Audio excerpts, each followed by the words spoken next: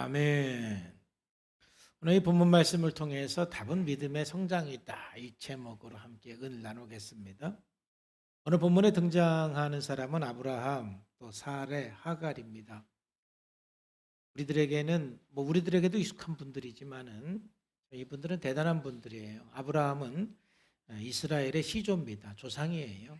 믿음의 조상이기도 하고, 또 사라 역시 믿음의 어머니이고, 하갈은 아랍권 사람들의 조상입니다. 굉장히 위대한 인물들인데 오늘 성경 말씀에 보면은 미성숙한 사람이다라는 생각을 떨칠 수가 없어요. 어떻게 하나님께서 이렇게 미성숙한 사람을 선택해서 하나님의 역사를 이루어갔나 의심이 될 정도로 실망이 많은 분들이 좀 있습니다. 저 오늘 말씀을 묵상하면서 하나님께서 저에게 주신 한 단어가 결국은 믿음이 답이구나. 믿음이 성장하는 것이 답이구나 이런 생각이 들었어요. 즉 인간이 이렇게 미성숙하고 또 부족하고 좀 나약하고 문제가 많은 사람이라도 결국 하나님께서 그 믿음을 성장시킴으로 위대하게 만들고 또 존귀하게 만들고 하나님 앞에 크게 쓰임 받는 사람으로 만들어 가는구나. 그래서 저는 오늘 말씀을 통해서 우리가 성장해야 될 믿음이 뭔가 함께 살펴보기를 원합니다. 먼저 인간의 미성숙함과 하나님의 열정. 하나님의 열정은 우리를 성장하기 위한 열정이고 우리의 믿음을 자라가기 위한 열정이 바로 하나님의 열정이에요. 오늘 말씀 보면은 사례의 어떤 불안에서부터 시작을 합니다. 하나님께서 아브라함에게 자식을 주겠다고 약속을 했지만은 아브라함과 사라에게 자식이 없었습니다. 그래서 지난주에 창세기 15장에 보면은 아브라함은 기다리다 지쳐서 이제는 내 종 엘리에셀이 내 상속자가 될 것이다 이런 생각을 하고 있었어요. 근데 하나님께서 아브라함에게 그렇지 않다고 말씀하는 거죠. 아브라함아 아브라함아 엘리에셀이 네 상속자가 아니고 네 몸에서 날 자가 너의 상속자가 될 것이다 라고 말씀을 했어요. 그럼 아브라함이 너무 감사했죠. 사라도 감사했고 하나님께서 이렇게 구체적으로 약속을 해 주어서 아브라함과 사라가 또 하나님을 구체적으로 믿게 되었습니다. 문제는 하나님께서 이렇게 약속을 한 후에도 여전히 사라에게 아이가 없었다라는 얘기죠. 어떻게 해야 됩니까? 이럴 때. 하나님은 약속은 하시는데 결과가 없는 거야. 약속을 했으면 결과가 있어야 되는데 아기를 주겠다고 했는데 아직까지도 아기가 없는 거예요. 사라는 생각을 했습니다. 분명히 엘리에셀은 우리의 상속자가 아니라고 하나님 말씀을 했습니다. 하나님께서 말씀하시기를 아브라함의 몸을 통해서 날짜가 상속자라고 그랬는데 순간 사라가 머리가 확 돌아갔어요. 맞아. 엘리에셀이 상속자는 아니지만은 아브라함을 통해서 난 자식이면은 꼭 나를 통해서 나는 법은 없잖아. 내 몸종을 통해서 나도 그건 아브라함의 씨이고 아브라함에서 몸에서 나는 자식이니까 그건 하나님 말씀대로 되는 거 아닌가? 이런 생각이 확 돌아갔어요. 그러면 사라 생각이 맞아요, 틀려요? 응? 아니 말은 맞죠. 하갈을 통해서 나도 그건 아브라함의 몸에서 나는 거잖아요. 아브라함의 씨잖아요. 그러니까 그 사라의 방법이 일리가 있는 거예요. 그래서 이것을 사레가 아브라함에게 제안을 했고 아브라함이 그 제안을 또 덥석 받아들인 것이 1절부터 3절 말씀이죠. 아브라함의 아내 사레는 출산하지 못하였고 그에게 한 여종이 있으니 애굽 사람의 이름은 하갈이라. 사레가 아브라함에게 이르되 여호와께서 내 출산을 허락하지 않았으니 아무리 생각해봐도 나를 통해서 출산될 것 같지는 않다. 근데 하나님께서 당신 몸에서 난 자가 상속자가 된다고 그랬는데 나는 아닌 것 같다. 나는 생각을 해보니까 하갈을 통해서 가능할 것 같다. 원하건대 내 여종 하갈에게 들어가라. 내가 혹 그로 말미암아 자녀를 얻을까 하노라 하매 아브라함이 사라의 말을 들었다 그랬어요. 이게 이제 가나안 땅에 거주한 지 10년 후니까 아브라함의 나이 85세에 있었던 사건이에요. 아마 사례는 이 생각을 하고 마음이 뿌듯했을 수도 있어요. 왜 내가 지금까지 이 생각을 못했을까? 이런 좋은 생각을 왜 안 했을까? 그래서 아브라함에게 건의를 했고, 아브라함도 사라의 말을 들어보니까, 그래, 내 몸에서 날 자가 상속자인데 내가 생각해도 사라 당신은 아닌 것 같아. 나이가 아주 좋은 생각인 것 같아. 해서 아브라함도 그 제안을 받아들였어요. 문제는 하갈이 임신하면서 사라의 생각대로 되지 않았다라는 거죠. 하갈의 마음이 좀 변했고, 그러면서 아브라함이나 하갈이나 사라나 이 모두가 어쩌면 미성숙의 극치를 달리는 것이 이제 4절부터 6절까지 나와요. 왜 이 정도로 밖에 처리를 못할까 할 정도로. 먼저 4절부터 보면은 하갈이죠. 아브라함이 하갈과 동침하였더니 하갈이 임신함에 자기의 임신함을 알고 그의 여주인을 멸시했다 그랬어요. 하갈이 임신하고 나서 주인을 멸시하기 시작을 했어요. 사람이 이렇게 변질되고 변하는 건 문제입니다. 여러분, 그 당시의 몸종이라는 것은 그냥 소유물이었어요. 그 시대의 몸종. 어쩌면 사람도 아니었어요. 그 정도로 이 몸종에 대한 인권이 없었던 시대단 말이에요. 이 하갈은 사라의 몸종이었는데, 근데 임신을 하면서 자기 위치를 상실해 버린 거예요. 사라가 자기의 주인이고 내가 사라의 몸종이라는 걸 잃어버리고, 이제 사라가 자기 형님이고 자기는 사라의 동생이에요. 두 번째 부인이에요. 그러니까 이제는 몸종으로서 사라의 이야기를 듣는 것이 아니라 이제 형님의 이야기로 들으니까 말을 잘 안 듣는 거예요. 그러면서 이 사라가 굉장히 멸시를 당하고 스트레스를 받기 시작을 한 것이죠. 임신을 하면서 하갈의 생각이 바뀌어버렸어요. 자기 위치를 망각을 해버렸어요. 그래서 자기 여주인을 멸시하기 시작하는 거예요. 미성숙한 것이죠. 자, 그런데 이에 대한 사라의 반응도 만만하지가 않아요. 5절 말씀에 보면은 사라가 아브라함에게 이르되 내가 받은 모욕은 당신이 받아야 옳도다. 내가 당신의 여종을 당신의 품에 두었거늘 그가 자기의 임신함을 알고 나를 멸시하니 당신과 나 사이에 여호와께서 판단하시기를 원한다 그랬죠. 아니, 하갈이 좀 그러면은 좀 불러다가 나전달로 얘기를 하든가,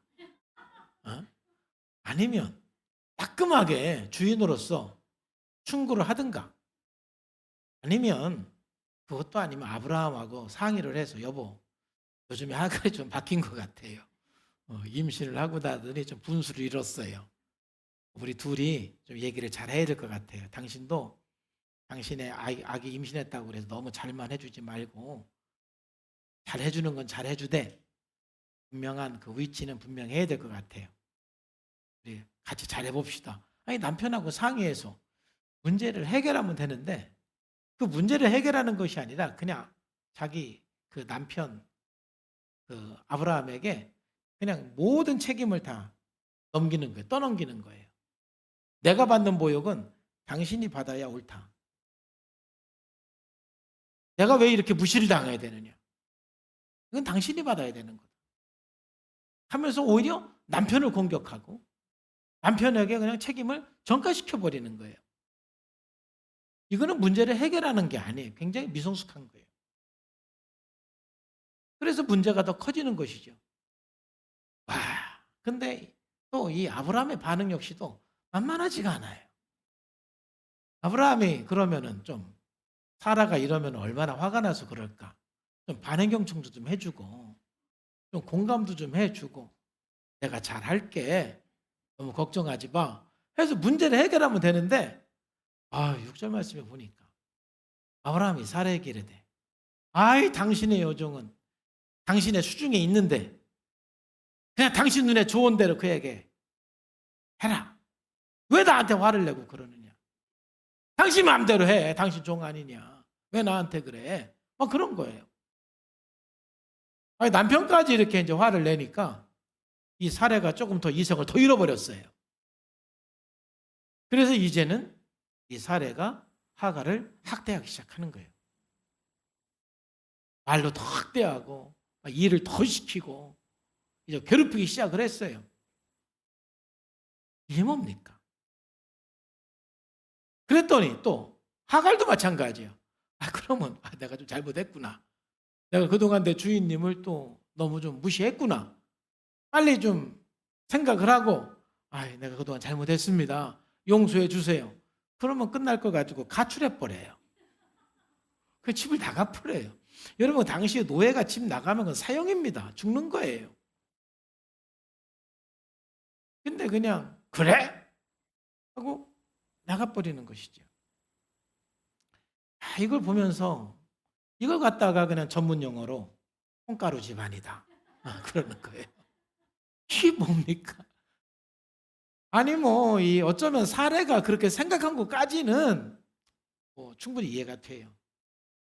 근데 그리고 나서 뭔가 이 사라의 생각대로 안 되고 하갈부터 뭔가 문제를 일으키면서 좀 문제가 발생했는데 사례도 합리적으로 그 문제를 못 풀고 아브라함도 합리적으로 그 문제를 못 풀고 막 그래서 학대하고 막 도망가고 난리가 났어요.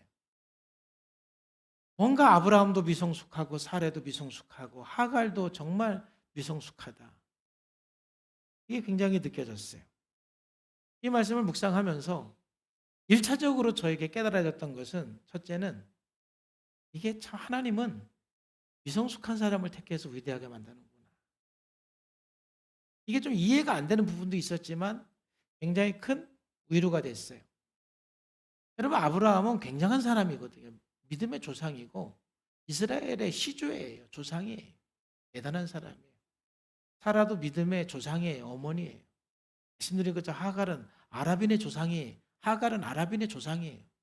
굉장한 사람들이란 말이에요. 근데 이들이 이렇게 미성숙한 사람들이란 말이에요.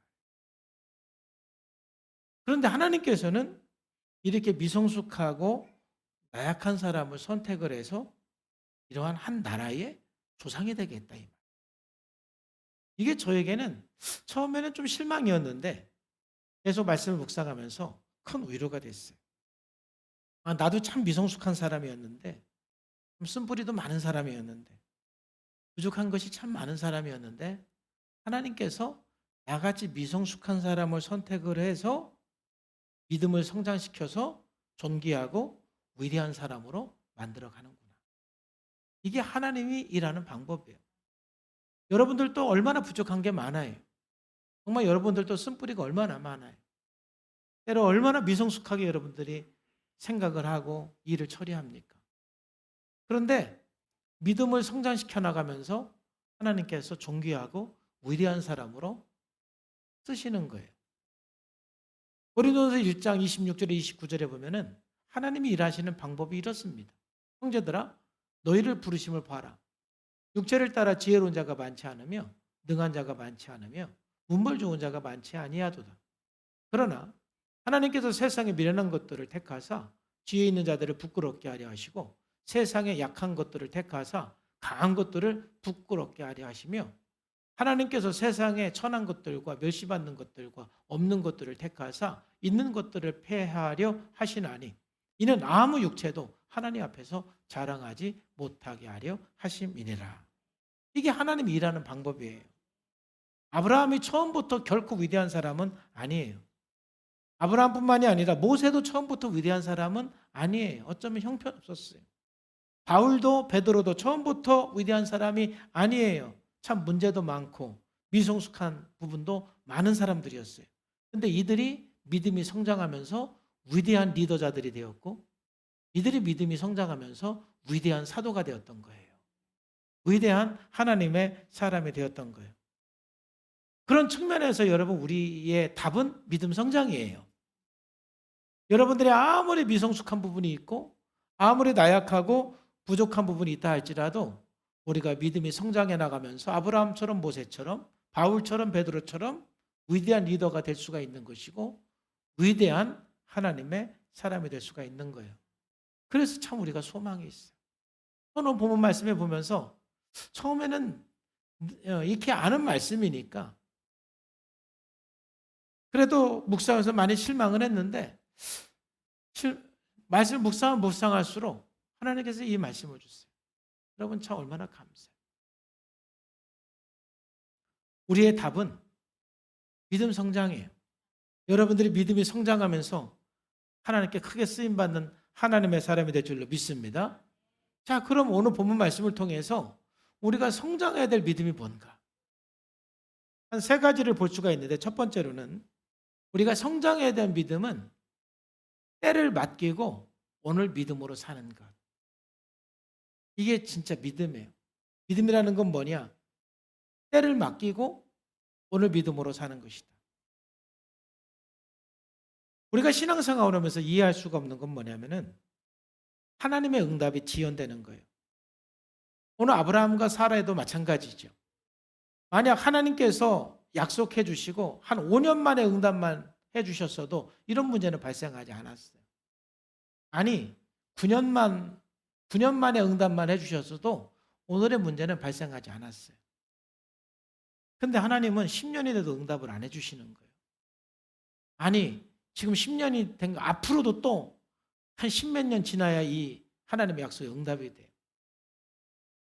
여러분들이 하나님 앞에 기도했을 때 좀 빨리 응답이 되면 괜찮은데 우리가 신앙생활에서 힘들고 답답한 것은 응답이 빨리 안 되는 거예요. 근데 성경 전체를 통해서 볼 때 그리고 우리의 신앙 경험을 통해서 볼 때 참 하나님의 응답은 좀 느려요.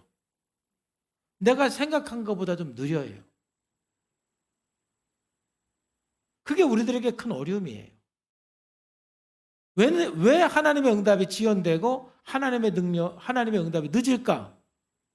몰라요. 물론 그때 우리가 좀 해석은 할 수가 있어요. 하나님이 나를 좀 인내하게 하려고 그러는 건가? 내 믿음을 더 크게 하려고 그러는 건가? 등등 우리가 어느 정도 해석할 수는 있지만은 사실 엄밀하게 말하면 몰라요. 왜 그러시는지 이해가 안 돼요. 오늘도 조금만 빨리 응답만 해주셨으면 이런 문제는 발생되지 않았을 텐데 왜 이렇게 더디 응답을 하실까?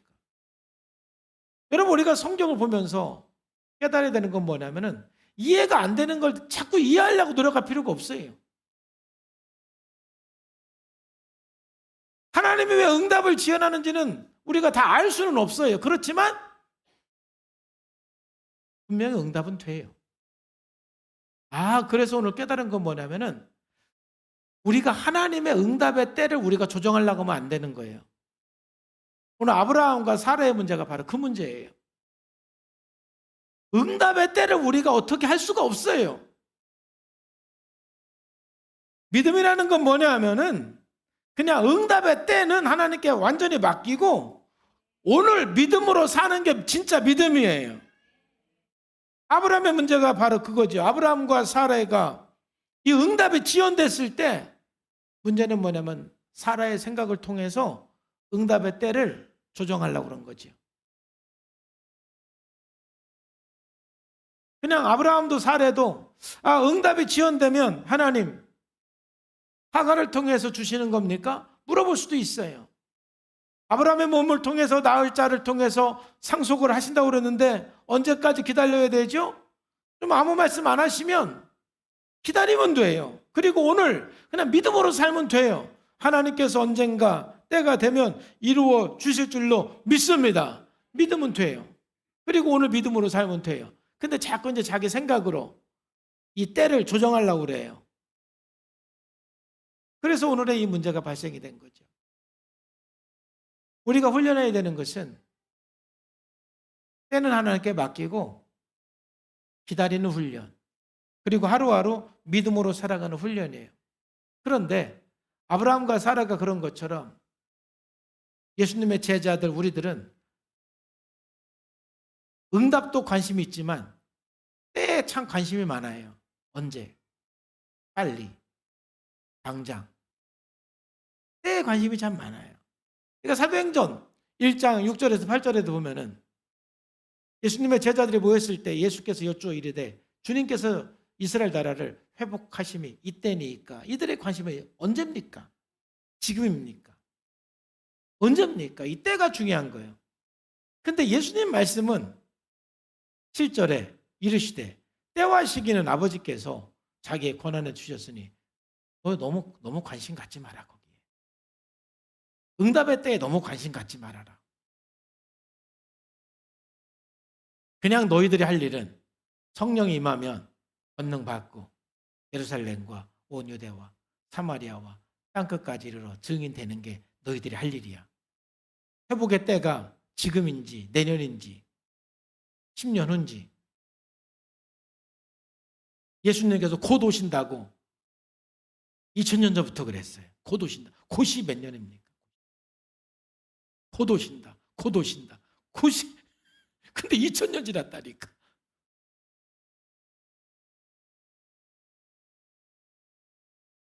예수님 곧 오십니다. 할렐루야. 근데 앞으로 2000년이 더 지날 수도 있다 이 말이에요. 그러니 너희 때는 관심 갖지 말아라. 그냥 오늘 성령 충만 받아서 네가 땅끝까지 이르러 복음을 증거하는 것이 네가 할 일이야. 이게 믿음으로 사는 거예요. 때는 하나님께 맡기고 오늘 하루 믿음으로 사는 것입니다. 마태복음 6장 33절 34절에도 보면은 그런즉 너희는 먼저 그의 나라와 그의 의를 구하라. 그리하면 이 모든 것을 너에게 더하시리라. 이 말씀을 한 이유는 뭡니까? 34절에 그러므로 내일 일을 왜 염려하지 말라. 내일 일은 내일 염려할 것이요 한날의 괴로움은 그날 족하다 그랬죠.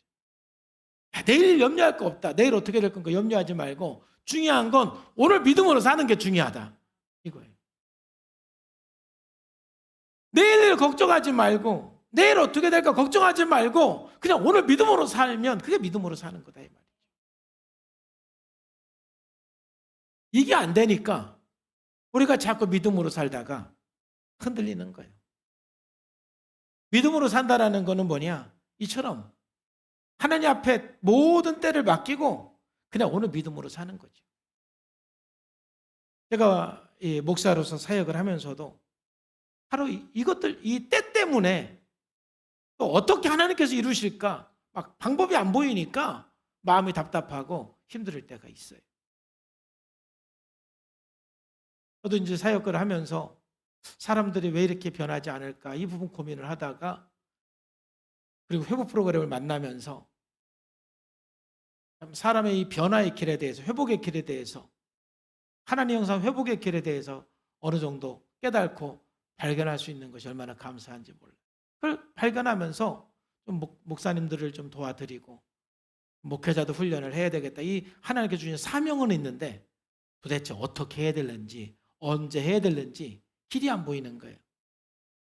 많이 답답했어요.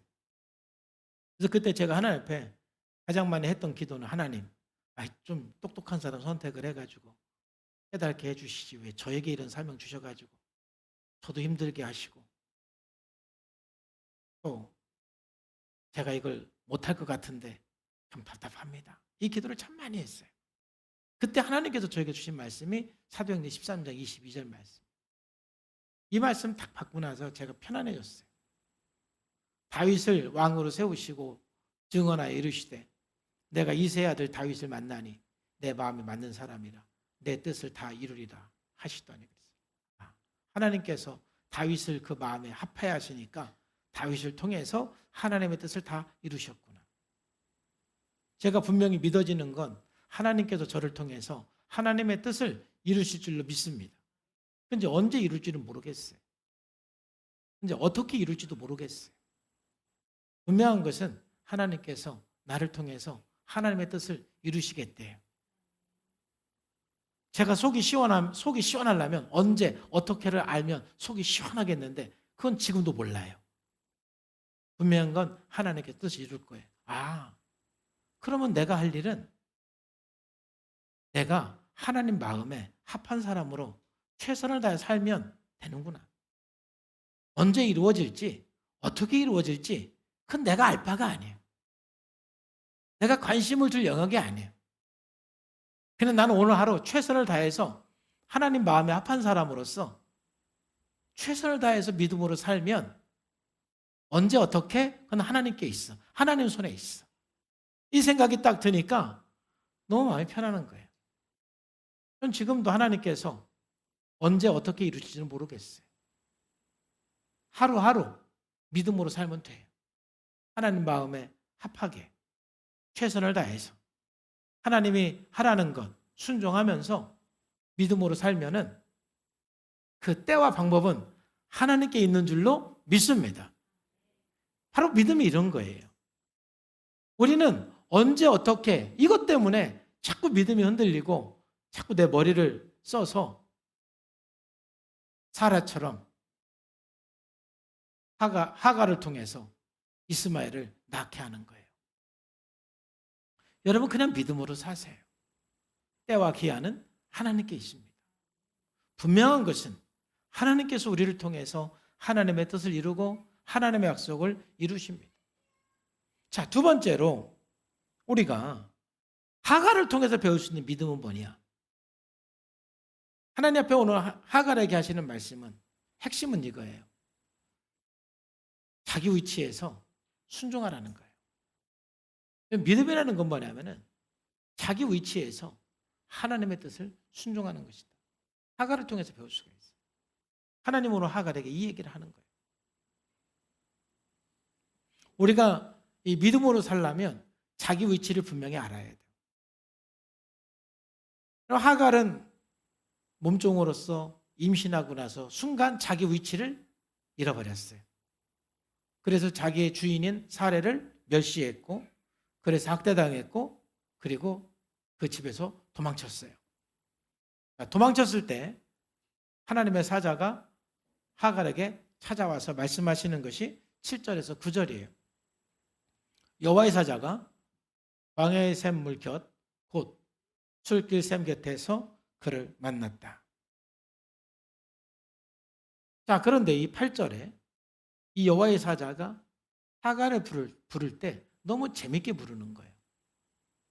이르시되 뭐라고 불러요? 사라의 종 하갈아. 그냥 하갈아 부르면 되잖아요. 그 앞에 꼭 뭐 그 수식어를 왜 붙이느냐고요. 사라의 여종 하갈아. 지금 하갈의 문제는 뭐냐면은 본인이 사라의 여종이라는 그 위치를 상실했던 거거든요. 임신하고 나서 자기 위치를 상실했어요. 그래서 뭐 주인을 멸시하고 또 학대당하고 또 지금 도망치고 이 난리가 난 거잖아요. 아브라함도 잘못했고 사라도 잘못했지만 사실 하갈도 잘못한 거예요. 이때에 여호와의 사자가 이 하갈을 부를 때 그 위치를 상기시켜 주는 거예요. 사라의 여종 하갈아, 네 위치가 어디냐? 이걸 물어보는 거예요. 네가 어디서 왔고 지금 어디로 가는 거냐? 넌 누구냐? 사라의 여종 하갈아, 이렇게 부르는 거예요. 하갈 역시도 지금 자기가 사라에게 도망쳤다라는 것이 굉장히 당당한 거예요. 이런 몸종으로서 도망쳤다라는 것은 굉장한 사건이거든요. 그건 사형에 해당하는 거예요. 그런데 지금 하갈은 당당해요. 이르되 나는 내 여주인 사라를 피하여 지금 도망하는 중입니다. 이게 당당한 거예요. 그럴 만한 이유가 있다라는 것이죠. 충분한 이유가 있다라는 것이죠. 당당합니다. 자, 그랬을 때 하나님의 사자가 하갈에게 하는 처방이 무엇입니까? 여호와의 사자가 그에게 이르되 또 여기서 사례라고 말하지 않고 내 여주인에게로 돌아가서 그 수하에 복종하라. 지금 하갈이 할 일은 뭐냐? 돌아가라. 네 자리로 돌아가라. 네 여주인에게로 돌아가라. 네 자리로 돌아가서 네 인생을 살아라. 하나님 앞에 순종해라. 사라에게 순종하라. 이것을 하나님께서는 하갈에게 얘기하는 거예요. 믿음이라는 건 뭐냐면은 여러분의 자리로 돌아가서 거기서 순종하는 거예요. 지금 하갈은 자기 자리에서 도망쳐 나온 거예요.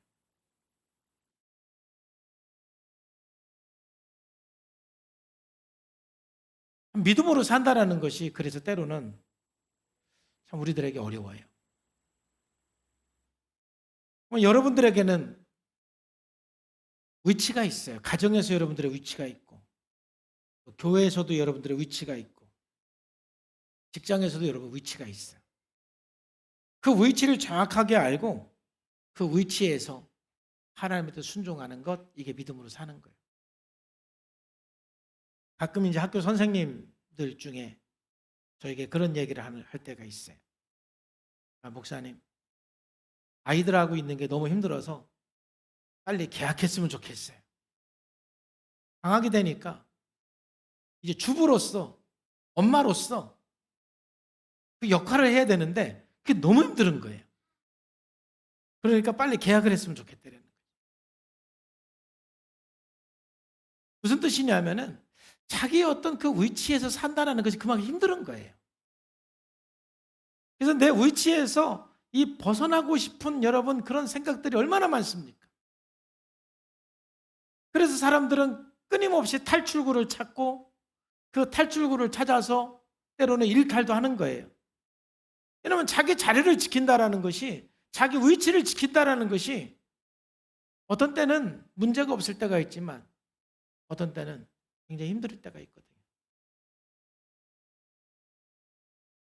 저처럼 이게 목회를 한 30년 이상 하면은요, 진짜 어떤 때는 저도 여러분처럼 앉아서 설교 듣고 싶을 때가 얼마나 많은지 몰라요.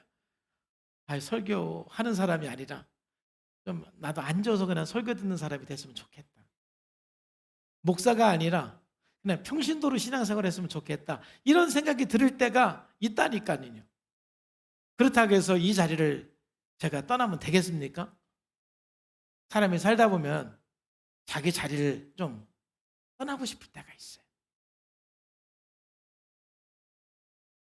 지치기도 하고 힘들기도 하고. 그런데 하나님께서는 우리 하갈에게 지금 자기 주인 사라에게 학대를 받으면서 도망쳤는데 매정한 것 같지만 하갈아 돌아가. 네 자리로 돌아가서 순종해. 복종해. 그게 네가 할 일이야. 그리고 하갈에게 약속해 주는 거예요. 여호와의 사자가 또 하갈에게 이르되 내가 내 씨를 크게 번성하여 그 수가 많아 셀 수 없게 내가 해줄 거야. 네가 믿음으로 살아내면 그 다음은 내가 안전하게 그 아이를 지켜줄 것이고 너도 지켜줄 것이고 큰 민족을 내가 너한테 이루어 줄 거야. 지금 네가 할 일은 네 자리로 가서 여주인에게 복종하는 거예요. 하나님의 말씀이 매정한 것 같지만 매정한 것이 아니라 우리가 믿음으로 살아낼 때 오히려 하나님의 뜻이 이루어지는 거예요. 혹시 여러분들이 지금 자기 자리에서 자기 위치에서 팍 벗어나서 무슨 탈출구를 찾고 있는 분들은 하나님께서 말씀하시는 거예요. 그 자리로 돌아가라고. 그리고 거기에서 복종을 배우라고. 순종을 배우라고. 반드시 하나님께서 큰 민족을 이루게 해주실 것이라고 하나님께서 말씀하시는 거예요.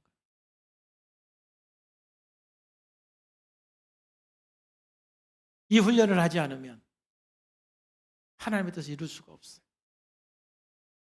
믿음이라는 것은 내 자리에서, 내 위치에서 하나님의 뜻에 순종하는 것이다. 자, 세 번째로 믿음이라는 것은 뭐냐? 믿음이라는 것은 감찰하시는 하나님을 경험하는 것이다. 살피시는 하나님, 감찰하시는 하나님을 머리가 아닌 여러분 가슴으로 경험하고 느끼고 살기를 주님의 이름으로 축복합니다. 이제 오늘 하나님께서는 내가 너를 감찰하고 있었다라는 것을 하갈에게 11절에서 말씀해 주고 있어요. 여호와의 사자가 또 하갈에게 이르되 내가 임신하였은즉 아들을 낳으리니 그 이름을 이스마엘이라 하라. 이는 여호와께서 내 고통을 들으셨음이니라. 하나님께서 하갈의 고통을 들으셨어요. 아브라함과 사라와 하갈, 사실 여기에서 고통을 당했던 사람은 3명 다입니다. 그 중에 사라도 굉장히 큰 고통을 당하고 있었고 하갈도 굉장히 큰 고통을 당했는데 사실은 여기에서 가장 큰 약자는 하갈이죠. 그래서 하나님께서는 하갈의 그 고통을 들으셨다라고 말씀하시는 거예요. 하갈은 우리의 신음하는 그 소리를 결코 외면하시는 분이 아니에요. 하나님은 그 몸종이었던 그 하갈이 주인인 사라에게 학대를 당할 때 그 고통을 하나님께서 들으셨다. 이 말은 하나님께서 그 통증을 함께 느끼셨다 이런 뜻이에요. 우리는 생각하기를 내가 고통당할 때, 내가 어려움 당할 때, 내가 억울한 일을 당할 때 하나님 어디 계십니까? 우리가 그런 이야기도 하지만은 하나님은 내가 너의 고통을 봤다. 내가 너의 통증을 함께 느꼈다. 이게 하나님 말씀이에요. 우리는 이 신앙을 통해서, 이 머리를 통해서 무수보지하니 하나님께서 어디에서나 내 눈물을 보시고 내 수고를 아시고 내 고통을 보고 계시다라는 걸 여러분 믿으시면 아멘 합시다. 근데 이 믿음이 여러분 가슴으로 와야 돼요. 저는 이 13절에 이 하갈의 고백이 굉장히 은혜가 됐어요. 하나님께서 이렇게 말씀을 하시니까 이건 하나님의 계시예요. 하나님 말씀이에요. 우리는 성경을 통해서 하나님께서 어디나 계시고 나의 모든 걸 지금 감찰하고 있다는 걸 여러분들은 믿고 계세요. 근데 이 믿음을 넘어서 13절 하갈의 이 고백이 여러분들에게 있기를 바라요. 13절에 하갈이 자기에게 이르신 여호와의 이름을 나를 살피시는 하나님이시다. 거기서 이 하갈은 하나님의 이름을 불렀는데 엘로이라는 이름을 불렀어요. 엘로이. 이건 하갈이 하나님의 이름을 지은 거예요. 엘로이 하나님. 나를 감찰하시는 하나님. 나를 살피시는 하나님. 여기에서 하갈은 정말 하나님 앞에 눈물로 고백한 거예요. 하나님이 저를 살피고 계셨군요. 하나님이 저의 고통을 보고 계셨군요. 저의 통증을 느끼고 계셨군요. 저와 함께 계셨군요. 여러분, 하나님이 여러분의 모든 걸 알고 계시다는 것은 알고 있었지만 어느 날 여러분들이 이 감찰하신 하나님을 경험하는 그 순간이 있었지요. 내가 힘들고 어려운 그 순간 하나님이 나와 함께하고 있다는 사실을 내가 머리로는 알고 있었지만 어느 날 여러분들이 눈물을 흘리면서 하나님, 정말 하나님이 저를 감찰하고 있었군요. 정말 나의 모든 고통을 알고 계셨군요. 나를 살피셨군요. 이게 가슴으로 오는 그 감찰하신 하나님을 경험하는 그 시간이 여러분들에게 있었을 거예요. 혹시 그 시간이 없다라면 감찰할 하나님을 경험하기를 주님의 이름으로 축복합니다. 이게 경험돼야 이게 이제 진짜 믿음이에요. 믿음은 머리가 아닌 가슴으로 나를 살피시고 나를 감찰하시는 그 하나님. 이는 내가 어떻게 여기서 나를 살피시는 하나님을 배웠는고, 감찰하시는 하나님을 만났어요. 왜 이게 중요합니까? 만약에 하갈이 이 감찰하시는 하나님을 경험하지 못했다면 사라에게 갈 수 있을까요? 없을까요? 못 갑니다. 여러분, 하나님께서 말씀했다고 해서 여러분들이 다 순종하는 건 아니에요. 하나님께서 하갈에게, 주인에게 가라 말씀했어요. 이제 그 말씀에 하갈이 순종할 수도 있고 불순종할 수도 있어요. 자, 그런데 그 다음에 이제 하나님께서 하갈에게 말씀하시는 것이 내가 너의 고통을 다 보았다 라고 말씀을 할 때 하갈은 거기에서 감찰하신 하나님을 경험하는 거예요. 하나님이 다 아셨군요. 하나님이 다 보셨군요. 하나님이 다 나의 고통을 감찰하셨군요. 그렇다면 지금 또 내가 사라에게 들어갔을 때 나의 이 모든 걸 감찰하시는 그 하나님이 있기 때문에 제가 다시 들어갈 수가 있습니다. 고난의 자리라 할지라도, 역경의 자리라 할지라도, 핍박의 자리라 할지라도 하나님이 감찰하신 걸 알면 그 자리로 갈 수가 있는 거예요. 우리가 그리스도로서 이 세상에 산다는 것이 힘들 때가 있어요. 여러분들이 혹시 예수 안 믿는 가정에 시집을 가서 결혼을 해서 거기서 굉장한 핍박을 당할 수도 있어요.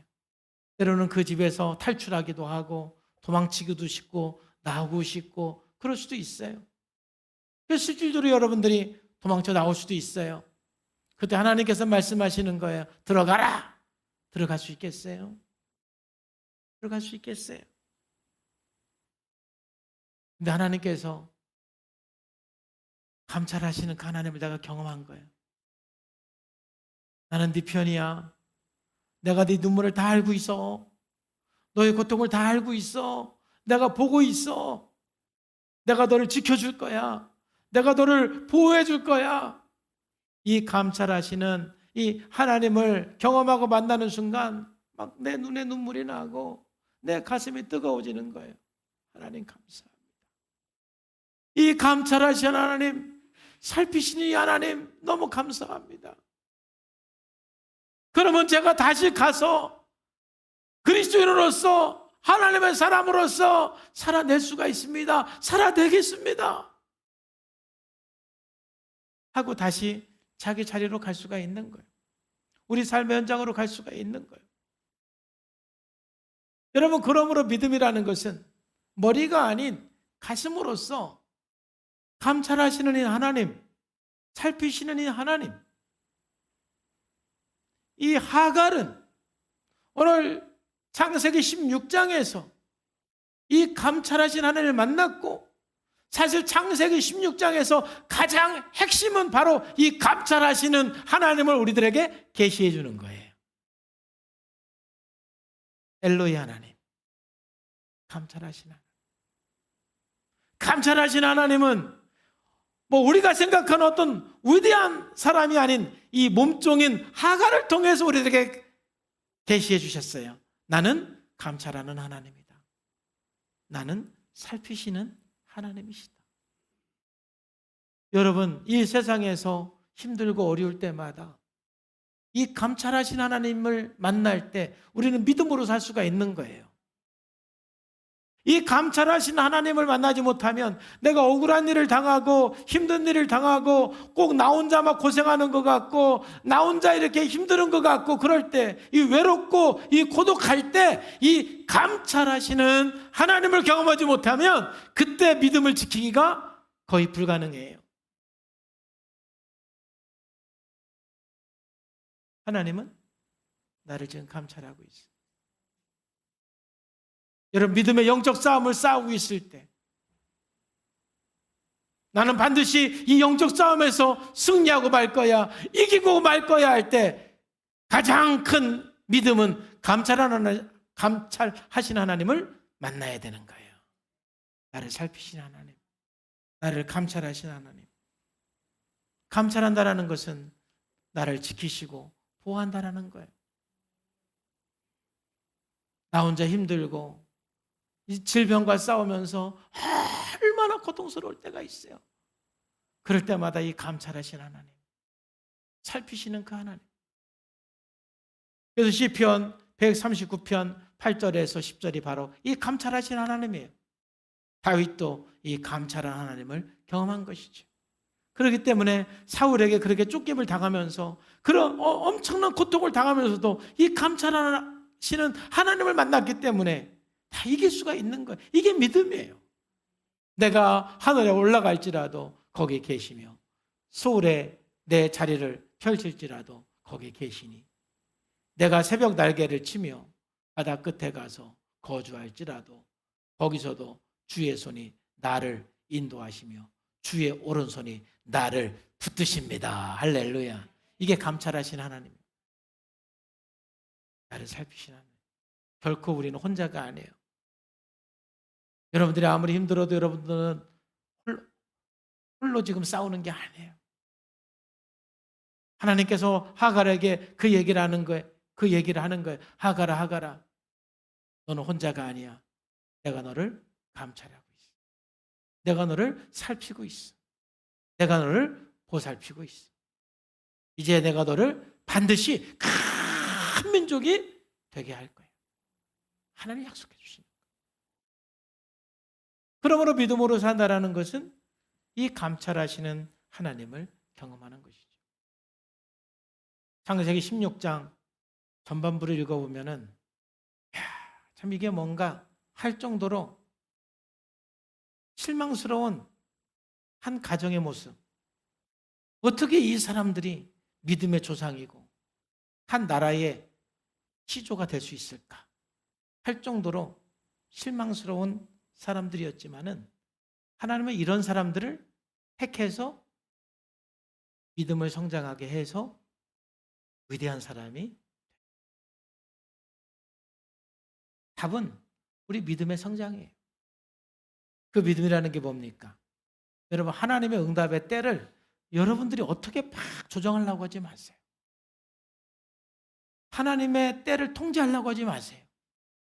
우리가 할 일은 그냥 하나님의 때는 하나님께 맡기고 하나님께서 언제 응답하고 어떤 방법으로 응답할지는 하나님께 맡기고 그냥 오늘 믿음으로 살면 그게 믿음이 성장해 나가는 거예요.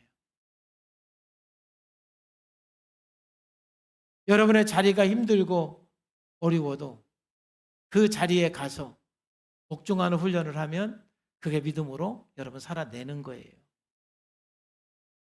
그러기 위해서 우리가 꼭 필요한 것은 감찰하시는 하나님을 경험하는 믿음이 필요한 거예요. 나를 살피시는 그 하나님, 지금도 나를 안아주시는 그 하나님, 그 감찰하시는 그 하나님을 만남으로 말미암아서 하루하루 믿음으로 살아낼 때 반드시 하나님께서는 하나님의 때에 우리를 높이시고 크게 쓰시고 하나님의 존귀한 자로 서게 될 줄로 믿습니다. 기도하겠습니다. 하나님, 감사합니다. 우리가 믿음으로 살아갈 때 반드시 우리 눈물이 기쁨으로 바뀌는 날이 올 줄로 믿습니다. 이 고난이 축복으로 바뀌는 그 시점이 올 줄로 믿습니다. 그런데 언제 어떤 방법으로 그 날이 올지 몰라서 우리는 늘 힘들어하고 괴로워했습니다. 사실 아브라함과 사레도 언제 자식이 생길는지 알지 못해서 힘들어했고 그러면서 참 많은 실수도 했습니다. 그렇지만 하나님께서 그들의 믿음을 성장시켜서 결국 위대한 하나님의 사람으로 만든 것처럼 우리가 하루하루 믿음으로 살아가는 연습을 하고 훈련을 해서 하나님의 위대한 믿음의 사람들, 하나님 앞에 위대하고 존귀한 하나님의 사람들 되게 하여 주옵소서. 성령님께서 은혜 주시고 함께 해주심을 감사합니다. 살아계신 예수님의 이름으로 감사하며 기도하옵나이다. 아멘.